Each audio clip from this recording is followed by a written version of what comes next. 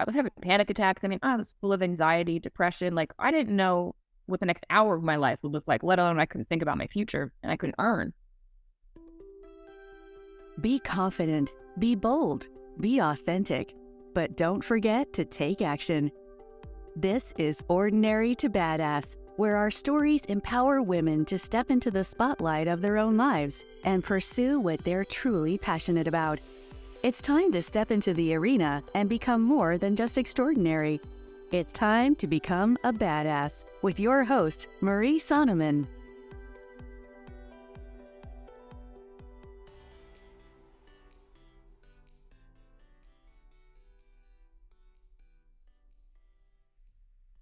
Welcome to Ordinary to Badass, episode number 283. Today, you're going to hear from Danielle Matthews. At the age of 23, Danielle was hit by a drunk driver and sustained a life-altering injury to her brain. The medical world said there was no hope of recovery and told her to accept this life as her new normal. Although her body was physically impaired, her spirit was strong, and she refused to believe their diagnosis. Her mind was determined to recover, and she did. Through the power of what she refers to as mind control, she attracted the mindset technique and exact quantum healing technologies needed to fully recover. She has since built an international business, authored an ebook called Mind Control, and shares her life-altering experience with countless people around the globe. So let's get to it so you can hear from Danielle Matthews. Welcome to Ordinary to Badass. Whether you're ordinary or badass, I'm so glad you're here. Today's guest is Danielle Matthews. Danielle, thank you so much for being here. Excited to have you on the show. Oh, thanks for having me on. So before we go any further, I've got to ask you, do you consider yourself ordinary or badass? Hey, there's only one answer to that question, in my opinion, and that is a badass, of course. What has made you feel like a badass, or have you always felt like a badass, or was it a series of events? Oh, it was one major event, actually, in my world. So I lost my health when I was 23. I was hit by a drunk driver and sustained a brain injury. And my world went from being, I would say, pretty ordinary and, I was living a good life. But all of a sudden, I found myself having a huge struggle emotionally, as well as physically, because my future was so unknown. Doctors were telling me maybe it'll clear in a month, Danielle. It didn't. Then they said 3, then they said 6. And at my 1-year appointment, they actually told me it was my new normal and that I just needed to adjust my life around these symptoms and paint the picture for everybody what that looked like. My life was being in bed. I couldn't handle screens. I couldn't handle focusing for more than like 10 minutes. I had severe migraines, was sensitive to any sort of light or noise. Like we had blackout fabric in the bedroom. And when my doctor said to me, yeah, they just need to adjust to this, I thought, I'm 24 years old. Like there is no way this is going to be my life. And I remember thinking inside of me, like, well, you're fired. I'm not going to accept this. And I would say that was a pivotal moment from saying, all right, let's just accept how the world is. And I would say rather ordinary to saying, no, I'm going to be a badass and I'm going to beat this. I love that. And I love how you thought like, okay, you're fired. If you don't know the answer, then I'm going to find somebody who does. I think too often we look at the doctors as just the experts and the end all be all, and don't look for any answers beyond that. What would you say to the woman who's struggling with that? Maybe she's gotten some sort of diagnosis or heard something from the doctor that she just doesn't believe or doesn't want to accept. You're more powerful than you know. And our doctors are super helpful. I mean, my grandfather was a doctor. I grew up with one in my family. I was very fortunate. But then he was the first one to tell you, we were trained on surgery and prescription pills. Like that's how we were trained. Our clinical training was on those two things. So if we can't fix you with one of those, we don't know what to do. And so, and with my type of injury, and I don't know who's listening and what your diagnosis is or what's going on or what you're being told, but I would say your doctors are fabulous, but they also have limited knowledge. And remember, you need to be your own advocate. And this is what I learned. And this is part of being a badass. You got to take your power back and you have to say, look, the external world might be saying something to me, but I know I'm connected to the infinite. I know infinite intelligence is flowing to and through me all the time. So I can ask for things. I can look for things. Doors will open. And that's what happened in my world, in my journey. And so I would just, like, there's an equation. I used to be a math teacher. I love equations, but there's an equation I use that I would say, If you guys want something to just help you get through life, all right, it's the external world plus your internal response to it equals your reality. And I like to give the example of, say, there's an alcoholic father, okay, and he has two sons, and you follow up with those sons later in life. One of them has never touched a drop of alcohol. The other one has become an alcoholic. And you ask them both, why are you the way that you are? And they both say, well, just look at who my father was. And I think that is such a powerful example. And we do it all the time. Sometimes unconscious programming is making us interact and react to life in a certain way. And it's causing us to have a certain reality. Like, we do have a role in it, even with disease and illness and everything else, that might feel out of your control. How you decide to interact and react to it will set up the difference, right? One son decides, well, I'll never touch alcohol because I don't want that to happen in my life. The other one says, well, look at who my dad was. Of course I'm going to turn out this way. And I would say with my injury, like for me at that moment when I was told this is permanent, something just switched in me. And I said, you know what? Life is a game. And if I knew how to win the game, it wouldn't be any fun, right? Like, who wants to play a game that they know how to win immediately? Like, there's no joy in that, because the joy is in the struggle and learning, wow, what do I have inside of me to be creative? How can I come around this? How can I get through this obstacle? And, who can I pull in to support me? That's the fun of a game. And if you look at life that way and you stop taking it so seriously and you say, all right, there's new rules on the game. Okay. So that's what I looked at it. It's like, okay, so this accident has happened. I'm very limited, physically, but I said I can make a difference to my emotional side of things, because I was having panic attacks. I mean, I was full of anxiety, depression. Like, I didn't know what the next hour of my life would look like, let alone I couldn't think about my future and I couldn't earn. So you can imagine, like, the world seemed like it was crumbling. But I said, all right, well, what can I do? And so I just started to shift, like, what is possible? What can I do within these limitations? And I started to realize, like, well, I can start like drawing. Like, I'm a scientist. Okay. That's my degree. It's biology. Like, there was no creative aspect to me. But I said, well, let's just do it. I picked up like a, something, and I started just making scribbles. And then I opened up all these things. I'm not like some great artist by any means, but it was like this opening of like, okay, maybe there's things I haven't explored. Maybe I need to change my perspective. And I always ask myself the question, what's this challenge making possible? And so for me, it was like, okay, it's making it possible for me to spend more time with my grandparents. Like, they were fine to sit in a dark room and talk to me. Do you know how much wisdom my grandparents hold? Like, they've all now since passed. And I am so grateful that I had several years where I got to spend, like, I went to my one grandparents for 6 weeks. I just went and I lived with them. And I got to spend so much time. I learned about the history of how, like, my ancestors from Italy came over and all this stuff. And it wasn't that many generations back, looking at pictures and things. It's just like, it is phenomenal what's in front of us. But I think we get such tunnel vision about like what we're doing, and we're so focused that we forget about the rest of the world that's happening. And for me, I got put on the sidelines of life, and I had to look at the bigger picture. And I'm so grateful, because now my perspective with everything, any obstacle, anything that comes in the way, I'm like, all right, well, what's this one making possible? Right? Maybe it's guiding me in a different direction. There were so many good nuggets in there. Ode to beers. You heard it from Danielle, the joys of the struggle. I love that, because sometimes it really is about perspective, and it's so easy. I think the brain naturally wants to go to all the negativity. And so I'll hold off, because first, let's do an introduction. I know you've already told us a little bit about yourself, but will you share a little bit about your bio? Yeah. So background biologist, had this traumatic brain injury, and that really set me off into the world that I live in now. So it's been 10 years since that injury. I found a technology ultimately that helped my body to heal itself. And when that happened, I sat back and went, all right, this happened for a reason. And I'm meant to share this. And so I've spent the last 7 years of my life educating people around the globe about this breakthrough technology. And I've helped thousands of people with their own health. And now I coach and lead a team of people that are doing the same thing, and gotten to speak on stages, speak on virtual stages. It has been like, so much has opened up. I recently released an ebook sharing some of my perspectives, mostly on like handling obstacles and challenges, because I feel like that's what I've been through. And I can speak to what I've gone through in hopes that like it helps somebody else with what they have going on. Hopefully not a traumatic brain injury from being hit by a drunk driver, but whatever life has thrown your way, It's probably a curveball, and how do we deal with them? I think that book really was designed to help people with that.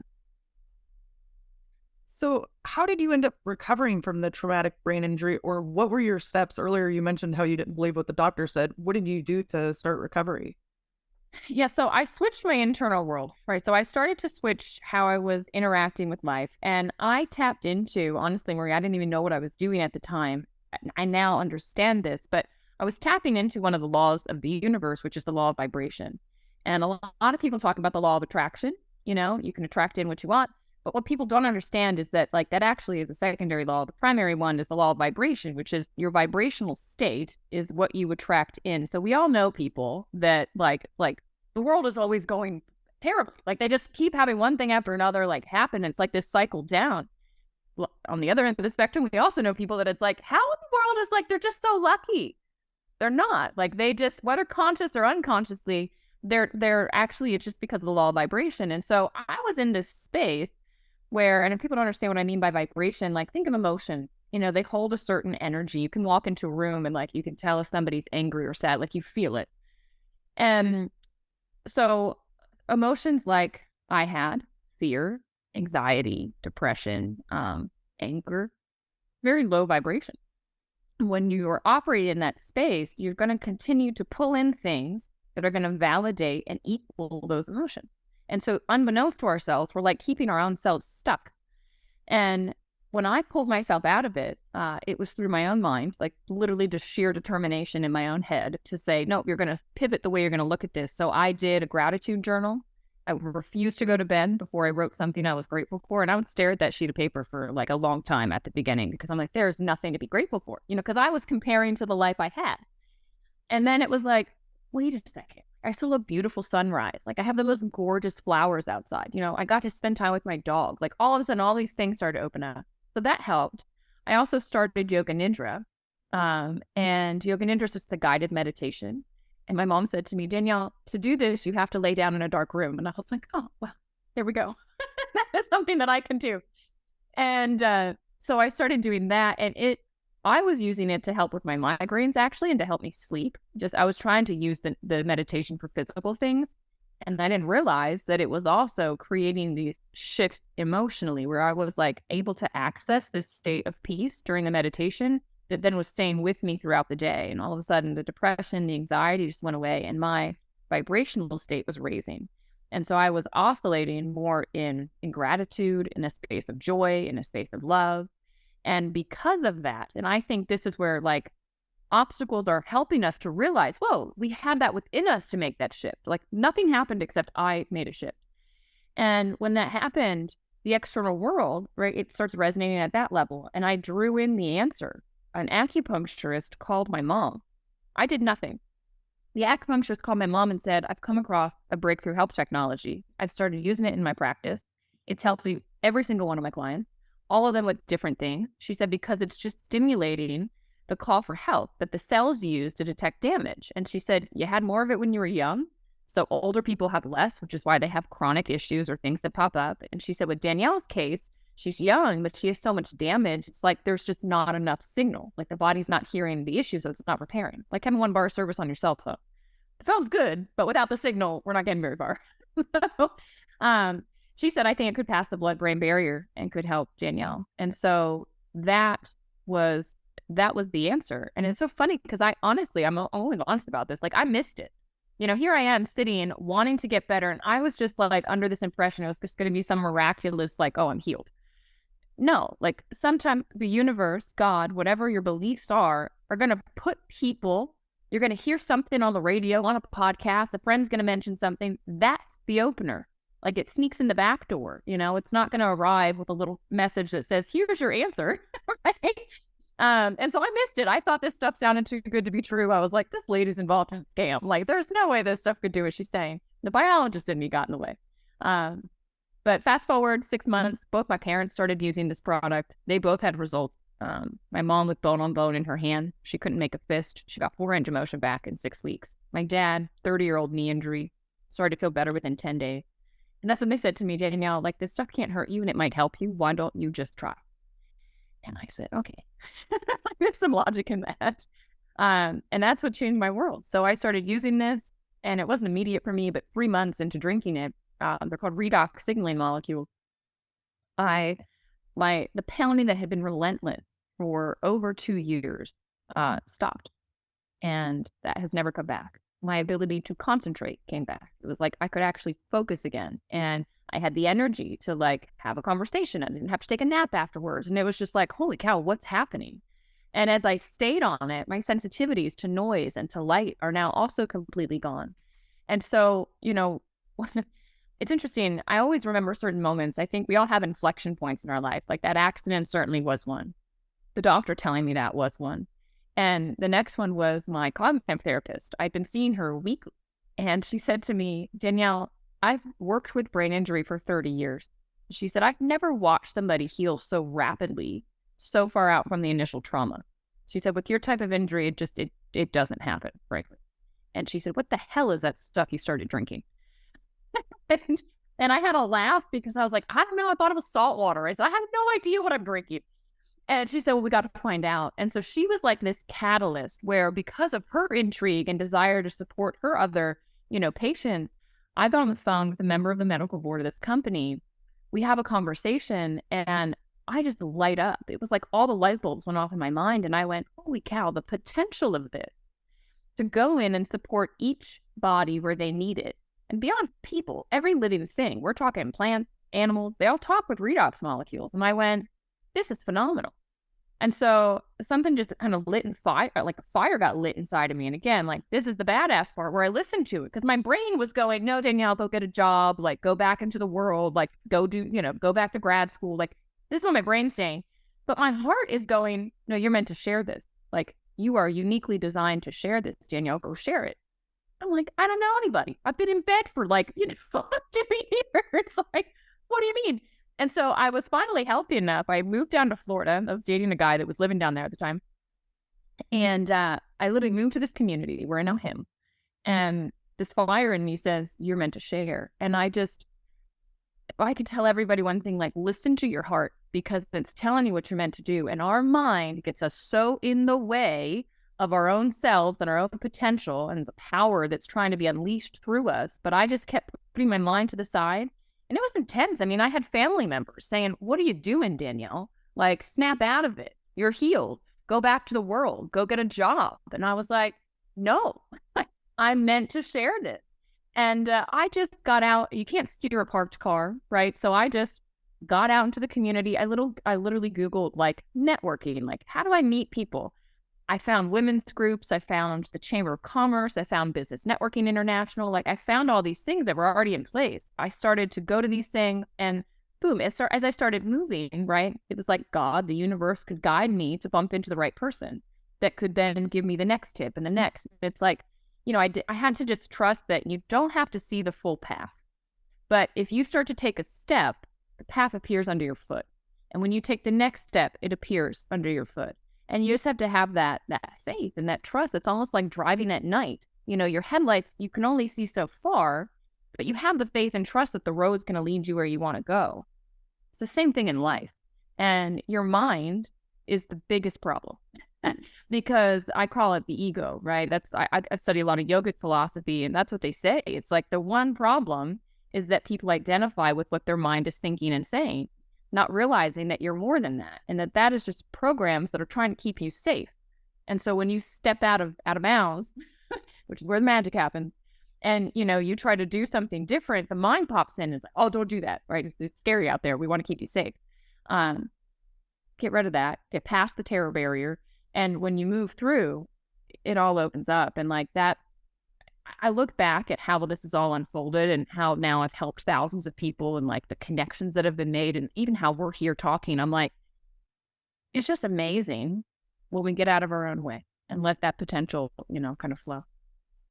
Yes, there were so many good nuggets in there. First, will you tell us what is the product? And then did you end up like partnering with the company or doing anything since you're talking about it all the time? Yeah. So let's talk about the product first.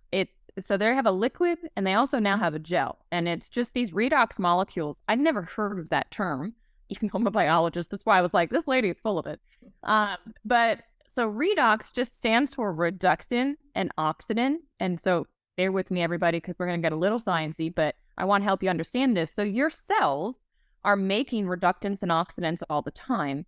And it's because, like, as you're making your energy, your ATP during the Krebs cycle, these things are they're shot off. And they thought that they were just like the exhaust, the waste product of making energy. And then in the late 90s, they got the equipment sophisticated enough to follow them. And they went, holy cow, no, these are like signaling molecules. So the reductants give an electron, the oxidants take an electron. All right. When we really break our body down, we are trillions of cells, and the cells talk via electron transfer. And so what these redox molecules are doing, number one, they're activating our antioxidants. So you have antioxidants like glutathione. Glutathione helps you to detox. It also helps your body deal with inflammation. It's huge. Number two, these molecules are the signal within our cells to keep our genes turned on. So because of our environment and stress and toxins, our genes actually get turned off. It's not like we feel that happening. Like, you don't feel that you have low vitamin D. Like, sometimes we don't feel that things on the cellular level are happening, but they are. And the ripple effect of genes being turned off can wreak havoc in someone's system. Their hormones aren't modulating properly. They're not making the right digestive enzymes. Their circadian rhythm gets messed up. And it's just because the gene pathway was turned off. So these molecules turned on. And the last thing they do, and I think this is what lit me up, was they're the signal for when you have damage. So, like, I don't know, or if you've ever thought, like, when you cut yourself, like, how did my body know to, like, go right there? How did it know to repair? We watch it happen, and, like, to me, it's a miracle that we're watching happen that we just take for granted. Like, how did the body do that? And it's because there's communication. There's a signal that goes out, the body then sends what's needed to the area to repair. If it's a mutated cell, it signals it to kill itself, signals apoptosis, the cell, dies off. And so as we're getting older and we're making less of these signaling molecules, what happens? The body doesn't detect the damage as quickly. We don't repair as quickly from a wound, from a surgery, from a workout. Things are turned off, and now all of a sudden we have a chronic issue that's popped up because our insulin signaling isn't working. Well, now what do we have? We've got diabetes, right? Because that's not doing what it's supposed to do. So when you break it all down and you take all the names and blah, blah, blah that we give it, and we say, okay, well, the issue is just a cellular issue. And this company, they figured out how to make the same molecules so you can replenish your system's supply. That was thought to be impossible. Like, literally, scientists have been trying to do it for decades. They can do it in a lab setting, so they can do research with the molecules, but they're very, kind of like stabilizing a spark. If I was to say, hey, Marie, like, go line sparkler and then grab one of those sparks and put it in a mason jar and give them to me. But you'd be like, yeah, you're crazy. Like, I can't do that. It's this thing. Like, these things are so fleeting in our body, but they did it. And I think, it's divine intervention, but they figured out how to stabilize it so that you can replenish your system's supply. And so what that would mean for you is different than what it's going to mean for me, because where I have damage is different than where you do. Just like your house, right? I've got AC problems. I don't know what's going on in your house. Maybe it's plumbing problems. We both have different issues. We call the repairmen in, they fix it. It's the same with our body, except the cool thing is non-specific. Like, these redox molecules, it's not like one's designed for the lung and one for the skin. Every cell talks with the same electrons. Okay, so every cell can start to be repaired with this. And I just yesterday, a friend of mine sent me a picture, and he said, which one do you think I put a Cia on? And it was 3 succulents. And you could see the first one was like more vibrant. It was bigger. And he goes, no joke, just 2 days of putting the redox on this plant and regular water on the other 2, and you can already see the shift. And it's like, with people, I call it the ASEA glow. Like, I can tell when people are drinking these molecules because they're just like more vibrant and lively. And I think it's like, yeah, they got like the electricity back in their system, So it's profound. And the topical gel, the only thing I'll say about that is, like, talk about instant gratification, because you can put it on the skin and it literally turns the skin cells over faster. So for, vanity related things, like, it's helping with wrinkles, it's helping with cellulite, it's helping with sun damage. That's all the research is on. But what's so cool is that you can localize where you say for the molecules to go. So say, like, you've got cramps. It's that time of month, right? And you've got cramps. Well, you can just put redox via the gel right over. And guess what? The body goes, oh, there's an issue down here. And it starts to deal with it.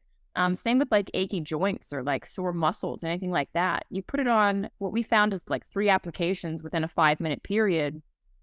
9 out of 10 people are very happy after 10 minutes when they put it on, but with what it's done. And so that to me, that's like a newer thing. It didn't exist when I first learned about the redoc, but that's opened up so many doors because people get this experience and they're like, holy cow, that happened on the outside. What about the inside stuff? Like let's explore what that can mean for me. So the product is ASEA, but it helps with redox molecules. Is that correct?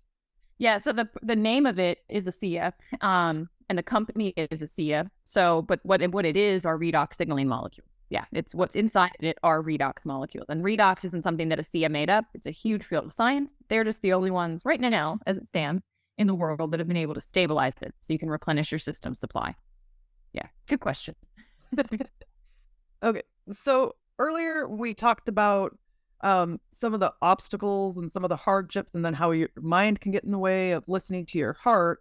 How do you tap into your heart and listening to that as opposed to listening to your mind? That's the question.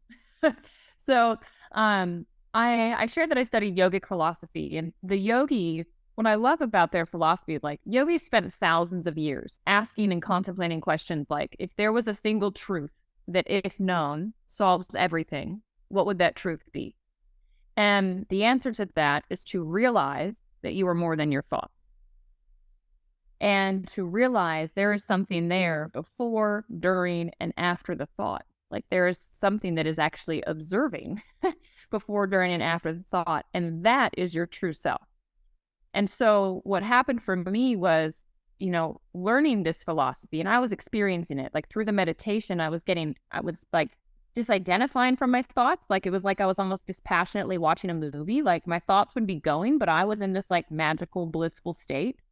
And that then was staying with me throughout the day. And I went, oh, okay, so I am more than my thought. And also I can disidentify from them, because most of the time our craving mind like drags us all over the place with like, oh my God, I'm angry. Oh my God, I'm happy. Oh, this and that. And like, we're just like, it's like a freaking roller coaster. But when you disidentify and you say, oh, interesting, anger has shown up. I get curious and I don't engage with it. It's like I start looking at it. Well, why am I angry? Because this is what the yogis say, and I have found it to be true in my life too. A lot of times it's something from the past. It's not about the present moment. And the present moment, this is what I talk about in my book, the present moment is actually just revealing to you that there's something unresolved from your past that's still lingering. And until you address it, that anger is going to keep showing up. Different scenarios, but it's the same. They call it a karmic seed. I think of it like sunglasses. Like you've just got these like blinders on. You're wearing these sunglasses. They're not allowing you to see the current situation, and you're having this emotional response. And because it's inside of us and something outside triggered that feeling, usually we blame the outside thing, and we feel so right about, yeah, they shouldn't have done this and that. And we get angry. But the reality is like that trigger was meant to be your teacher to say, hey, you've got some anger in you that's unresolved. And guess what? Like we talked about with the law of vibration, that anger is keeping you, unbeknownst to you, it's keeping you in a lower vibrational state. And so you're drawing in things that you don't actually want. And it's subconscious. You don't even realize you're doing it. But when you crack the code, when you go, oh, all of this is unfolding for me, and the fact that I'm getting angry is actually my teaching moment. Sometimes it's hard in the moment because those emotions are so strong. But if you can, like what I practice is to pull away and to observe. That's how I've done it. And I use my business life, I use my relationships as the continual practice where I literally view it as like, okay, this is serving me. Like the fact that I'm having this struggle is because there's something in me I got to work on so I can get to the next level of me. Like everything is just about the self-awareness journey. That's how I view it. And it has just liberated me, where no longer am I like giving away my emotions and my like sense of peace to the external world. I'm like, no, that's my choice. Like I'm going to pick, do I engage with the anger or not? And I mean, I'm not perfect, right? Sometimes it's like, oh, wow, that just happened. Okay. But most of the time now it's like it's moved away. And I use meditation. So the yogis designed meditation as a tool, right? And if you don't understand what a tool is meant to be used for, you might be using it wrong. So meditation was designed as a tool to help get you outside of your ego mind, away from your thoughts, into this space where you can have a disidentification from them, tap into more. And with Yoga Nidra, they designed it with an intention where you plant a seed when you're in that space of the person that you're wanting to be or what it is you're wanting to resolve. So, you are open and patient, or you are at peace amidst the chaos, right? Rather than feeling overwhelmed. Like you insert what you do want. So then it's kind of like in the meditative state, things become like liquidy, and then when you come out of the meditation, it's solidified. It's like ice. That's our conscious mind. But now we've got that solidified in there. And so it can shift how you're interacting and reacting with the world. And that's how I've done it. And that's, my advice. And that I can't think of anything better than meditation. And, a lot of people hate meditating because they can't sit still and their mind's just chattery. But I like Yoga Nidra because they tell you lay down, like get comfy. So I get a blanket, I get a pillow. Like I'm comfy. I'm guided through, and it's just like this beautiful relaxation where before you know it, you're in that space, even if you've never meditated before. So do you have a regular practice? Do you have an app you use? What do you do to practice Yoga Nidra? Yeah, so my teachers have some free on YouTube, and I love theirs, so I use theirs. John Bossler, Calming Desai. I also have gotten certified in Yoga Nidra, so I teach it, and when you're teaching it, you're also giving it to yourself because you have to drop into the same space to deliver. And because I've done it so much, it's like I can get myself into that space without having to listen to a meditation now because I've been doing it for years. And I still, though, like if I need a reset during the day, I lay down and I listen to a Yoga Nidra. Like that's just how I reset myself. And I'd encourage everybody to, before you go to bed at night, to unwind from the day, right? Rather than looking at Facebook and Instagram and all other stuff. Like do something that's going to really serve you and help yourself get out of your mind and into the truth. Yes. So just in this last year, I've really become obsessed with meditation.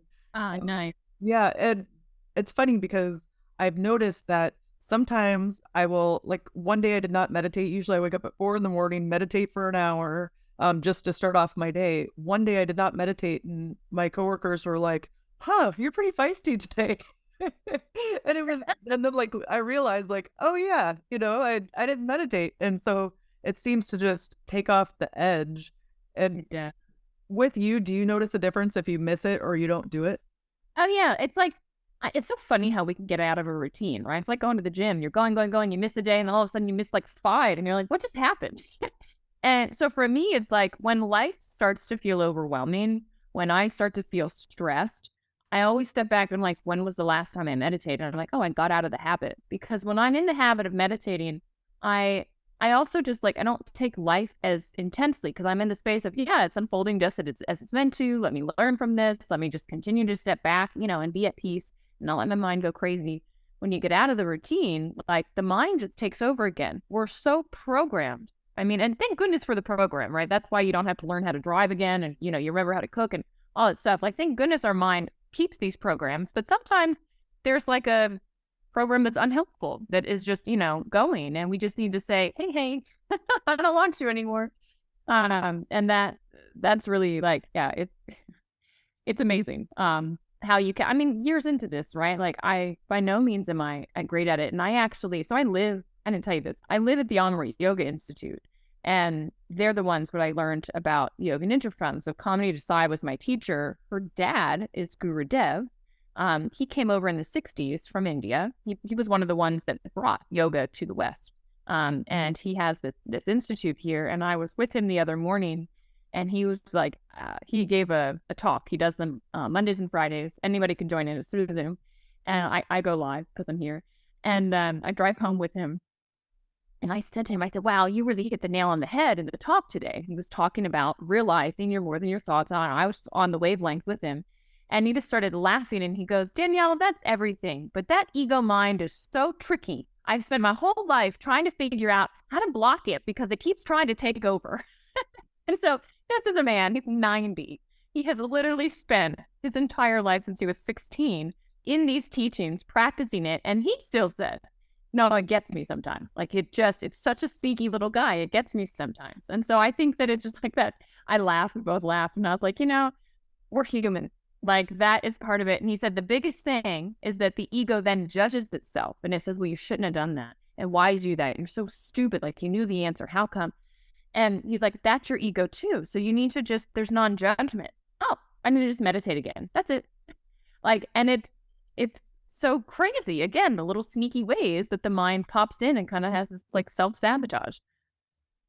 Yes, and I think that there are so many different ways that we sabotage ourselves, or we think, okay, we had that thought from the ego, but we think that's ourself and that it must be true, and we don't challenge that or even reflect on it like you were talking about earlier, like where did this come from? Is this from something from my past that wasn't healed?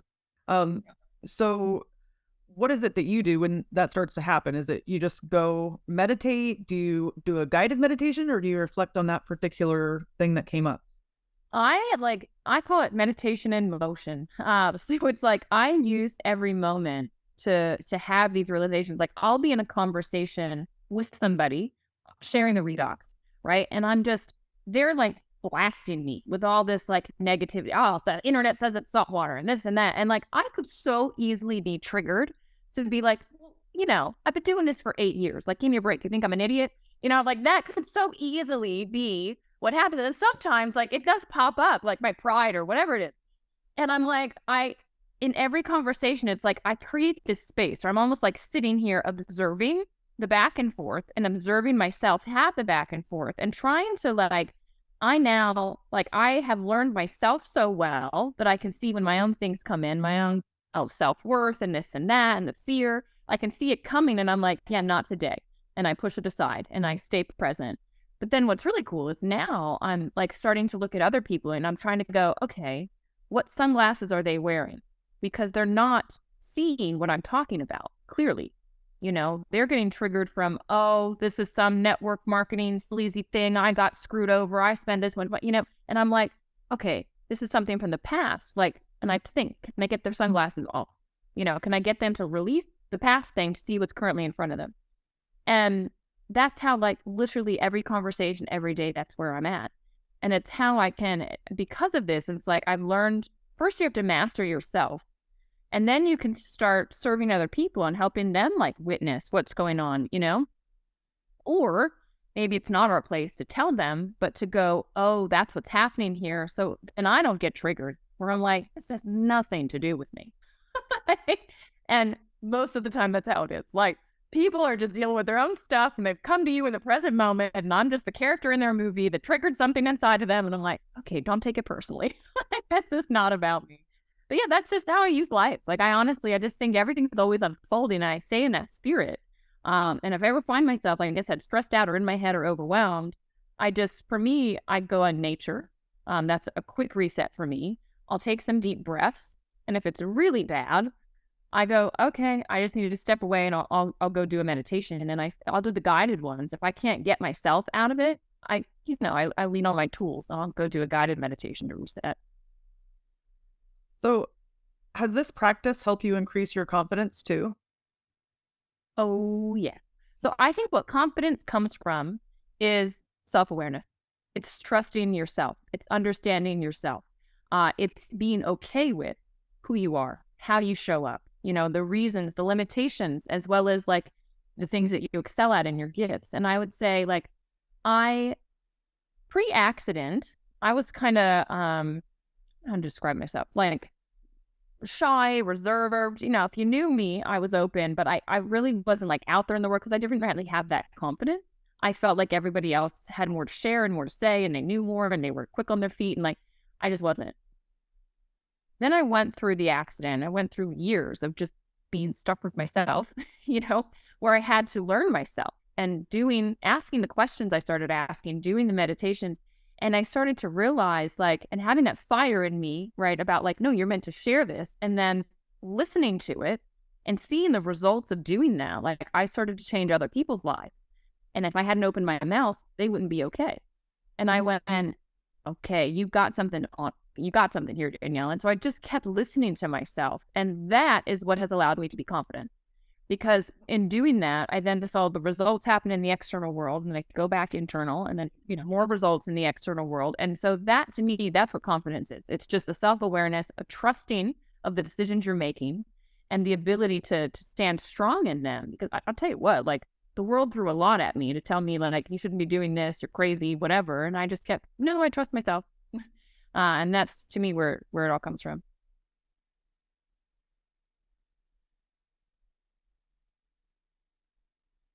Okay, sorry.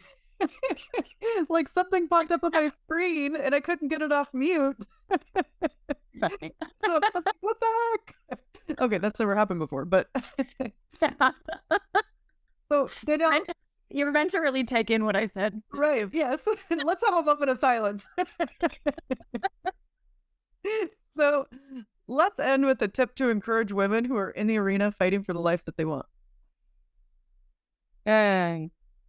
Best tip I can give you is to simply, it's going to be that question I mentioned a little bit earlier. Ask yourself, what is this challenge making possible? Because I promise you, if you're in there and you're fighting and you're hitting an obstacle, you're hitting a person, a situation, or whatever, don't look at it and get overwhelmed. Look at it and go, okay, great. Like this is it. Like when I get through this one, it gets me to the next level. So what's it making possible? What is it meant to teach me? Because there's something within you that has to change. It has to shift. It has to be pulled out of you to get you to where it is that you want to go. And it's all about the journey. Like the destination, when you get there, there's then going to be something else. I promise you, having kind of been climbing at this and been in this arena now for, gosh, a decade, that's what it is. That's the evolution of life. It's the evolution of you, and it's the self-awareness. So just ask that question, and, it'll shift your perspective and just see what opens up. And how can we connect with you? Social media is a great way. So I'm always sharing tips and things on Instagram. It's my name, Danielle Matthews. There's an underscore on either end. I'm sure we can put it in the show notes so you guys can check it out. And if you're interested in the redox technology, I know that a lot of times in sharing my story, people go, well, wait a second, I've got this health challenge. I have this going on. My friend does, a family member. I'm always here to educate. And if you want to reach out there, it's just my name, Danielle.teamasia.com. There's a contact me. Just click that. It shoots me an email. We can connect and I can educate you more on what this is and if it can support you. Okay. Thank you so much, Danielle. You've been a total badass and I've enjoyed hearing your story. Oh, thank you, Marie. And with that, we'll end our show. To all the badass women out there staying in the arena, wherever you are, whatever you're doing, own it and get after it. Okay. 6 takeaways from the episode. Number 1, the external world and your internal response to it equals your reality. Number 2, life is a game. If you knew how to win immediately, it wouldn't be any fun. Number 3, what is this challenge making possible? What is it it's trying to teach me? Number 4, I am more than my thoughts, and also I can disidentify with them. Number 5, your trigger is meant to be your teacher. The fact that you are angry is actually your teaching moment. And number 6, when life starts to feel overwhelming, when you start to feel stressed, step back and ask yourself, when is the last time I meditated? And I'm just going to throw this in here. If you don't meditate, just say, when's the last time I took some time for myself? When's the last time I connected with nature? When's the last time I felt at peace? Okay, so make sure you tune in on Thursday. You're going to hear 3 reasons why Danielle Matthews is so badass. Now that you've listened to this episode of Ordinary to Badass, we want to hear from you. Go to our website, ordinarytobadass.com/podcast, and submit your own experience on how you took your life from ordinary to badass and get the chance to be on a future spotlight episode of the show. That's ordinarytobadass.com/podcast. While you're waiting for the next episode of the show, wipe off the sweat, dust off the dirt, and get back in the arena. Well, I don't know.